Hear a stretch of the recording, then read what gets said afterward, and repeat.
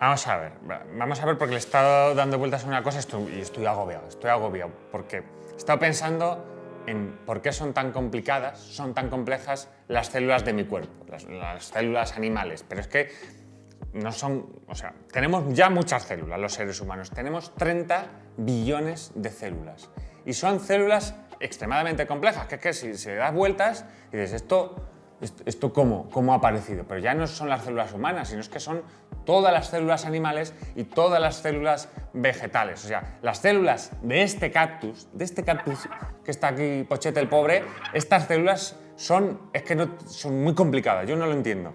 ¿De dónde vienen? Y esto ha sido una movida además que los científicos como que nos hemos agobiado un poco con esto de siempre. Y además a ver cómo os lo explico, pero bueno, vamos a empezar por lo básico.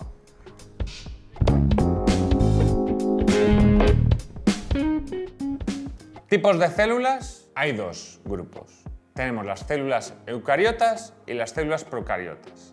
Las células procariotas no hay problema, son células sencillas. Son las células, pues por ejemplo, todas las bacterias son células procariotas y son una estructura celular muy básica. Son básicamente un saquete pequeño, una membrana, una pared y dentro moleculillas, biocosas que están haciendo cosas, están ahí gestionándose y vale, hay alguna molécula un poco más compleja que otra. Por ejemplo, la molécula de ADN donde guardan la información genética pues es una doble cadena y circular bastante grande, bastante tocha, pero bueno, es sencillo y si tú empiezas a pensar en biología evolutiva puedes llegar a entender cómo aparecen y cómo se forman las células procariotas. El punto es en cómo aparecen las células eucariotas de este cactus, las tuyas, las mías, de cualquier animal o cualquier planta que veas, pez, de los organismos hay complejos. Porque ya, para empezar, son células muy grandes. Son células que son de 1000 veces hasta 1 millón de veces más grandes que una célula procariota. Ya de entrada son grandes, pero es que la estructura interna es muy compleja. No tienen ahí el ADN suelto por ahí, sino que son estructuras genéticas mucho más complicadas que están guardadas en un cajoncito, en un departamento aparte, que es el núcleo celular, y además de esa zona tienen subestructuras bastante complicadas que hacen funciones específicas. Funcionan un poco como los órganos de nuestro cuerpo. Nosotros, dentro de nuestro cuerpo, tenemos partes especializadas en hacer determinadas cosas, ¿no? Por ejemplo, los pulmones para respirar, los riñones para filtrar cosas. Pues ocurre lo mismo con las células eucariotas. Las células eucariotas tienen, en cierto modo, órganos que se llaman orgánulos. Y hay dos orgánulos que son los reyes del mambo, que son las mitocondrias y los cloroplastos. Las mitocondrias están presentes en todas las células eucariotas, sean células animales o células vegetales, y son básicamente las centrales energéticas de las células, donde se producen todo el metabolismo que a través de ese conseguimos pues, funcionar y tener energía para movernos y hacer nuestras cosas. Pero, aparte, en las células vegetales existe un segundo orgánulo también muy complejo, que son los cloroplastos, que es donde hacen la fotosíntesis. Y una de las grandes dudas que ha habido es cómo surgen evolutivamente, cómo aparecen las células eucariotas. Y esto es una pregunta que a lo largo de la historia se le hicieron muchos y muchos científicos. Ya, por ejemplo, a finales del siglo XIX había científicos que decían ideas como que, vale, el origen de las células eucariotas a lo mejor es que había células procariotas que se empezaron a comer a otras células procariotas y se fueron ahí engordando y haciéndose más complejas porque iban adquiriendo capacidades de las células que se comían y tal, todo un poco rarungo, pero esta idea pasó completamente desapercibida, hasta que llegó la gran figura del vídeo de hoy, la bioinvestigadora Lynn Margulis. Lynn Margulis, en 1967, publicó ahí un artículo que es un clásico, es un clasicazo. En ciencia también hay clásicos, y este es uno de ellos, que es un artículo donde ella expone todas sus ideas sobre el origen de las células eucariotas en lo que ahora se conoce como la teoría endosimbiótica. La teoría endosimbiótica, pues básicamente habla de esto, de cómo una célula procariota empezó a comerse de otras células procariotas y a adquirir sus habilidades. Lynn Margulis decía, vale, había una célula procariota que un día se comió a otra célula procariota, pero la célula que se comió, en vez de digerirla, se dio cuenta que esa célula tenía unas capacidades energéticas buenas, que eran beneficiosas. Entonces dijo, vamos a hacer una cosa, no voy a digerir a esta célula, sino que me la voy a quedar dentro. Yo le voy a dar un entorno ahí en mi interior que va a estar ahí calentica, va a tener todo lo que necesita y a cambio dejo que la célula energética pues siga haciendo sus movidas energéticas y esto me dé beneficios. Y según Lynn Margulis, este sería el origen evolutivo de las mitocondrias.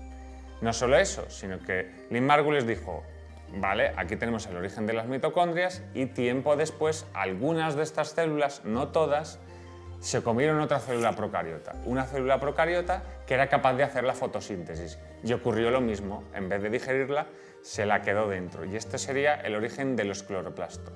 Lo que hace muy importante la teoría de Lynn Margulis es que todo el trabajo que ha habido después, revisitando las evidencias científicas, se ha visto que si bien algunas de las ideas que expone Lynn en el paper original pues son flojetas o se ha visto que no eran correctas, sí que es cierto el origen que propone de los cloroplastos y las mitocondrias, ya que se ha visto, vamos, es que con la tecnología actual tú miras un cloroplasto, una mitocondria y te miras unas bacterias y dices, aquí hay parecidos.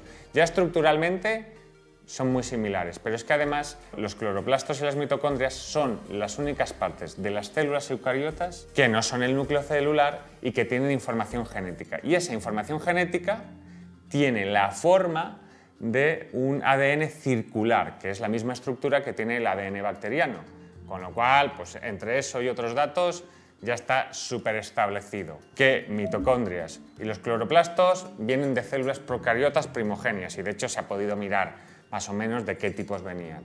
No solo eso, sino que, vale, la teoría de Lynn Margulis nos ofrece una explicación al origen de los orgánulos más complejos e importantes de las células eucariotas. Todavía es verdad que no responde todas las preguntas y aún hay temas que se están investigando del origen de las células eucariotas. Pero hay otra cosa que vamos, cuando lo piensas, es quizás lo más importante del modelo de Lynn Margulis. Más allá de que te dé una explicación del origen de las mitocondrias o de los cloroplastos, es que evolutivamente en esa época se creía que los organismos solo cambiaban por pequeños cambios, por pequeñas mutaciones que pasito a pasito, se iban acumulando. Sin embargo, la teoría endosimbiótica propone que a veces existe la posibilidad de pegar un salto muy grande, porque si tú como organismo adquieres, ¿no?, colaboras con otro organismo y pillas las capacidades de ese organismo, de repente, en vez de hacer un cambio pequeñito, haces un cambio mucho más grande. Es evolutivamente otra forma. Y no solo eso, sino que hay una noción que todavía llega a estos días, y por eso es importante recordar el trabajo de Lynn Margulis, y es la idea de que la evolución es competencia, ¿no? Que el mundo salvaje, los organismos, la vida es competencia. Y sin embargo el trabajo de Lynn Margulis prueba que no siempre es así. En muchos casos las biocosas funcionan por cooperación, funcionan por simbiosis, por organismos que interaccionan entre ellos y en vez de competir, en vez de ahí pegarse codazos, lo que hacen es colaborar.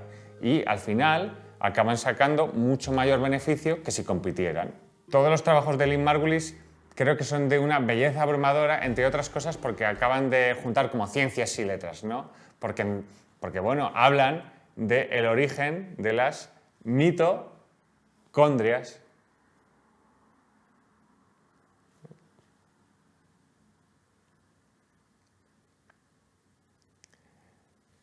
Suscríbete para más vídeos.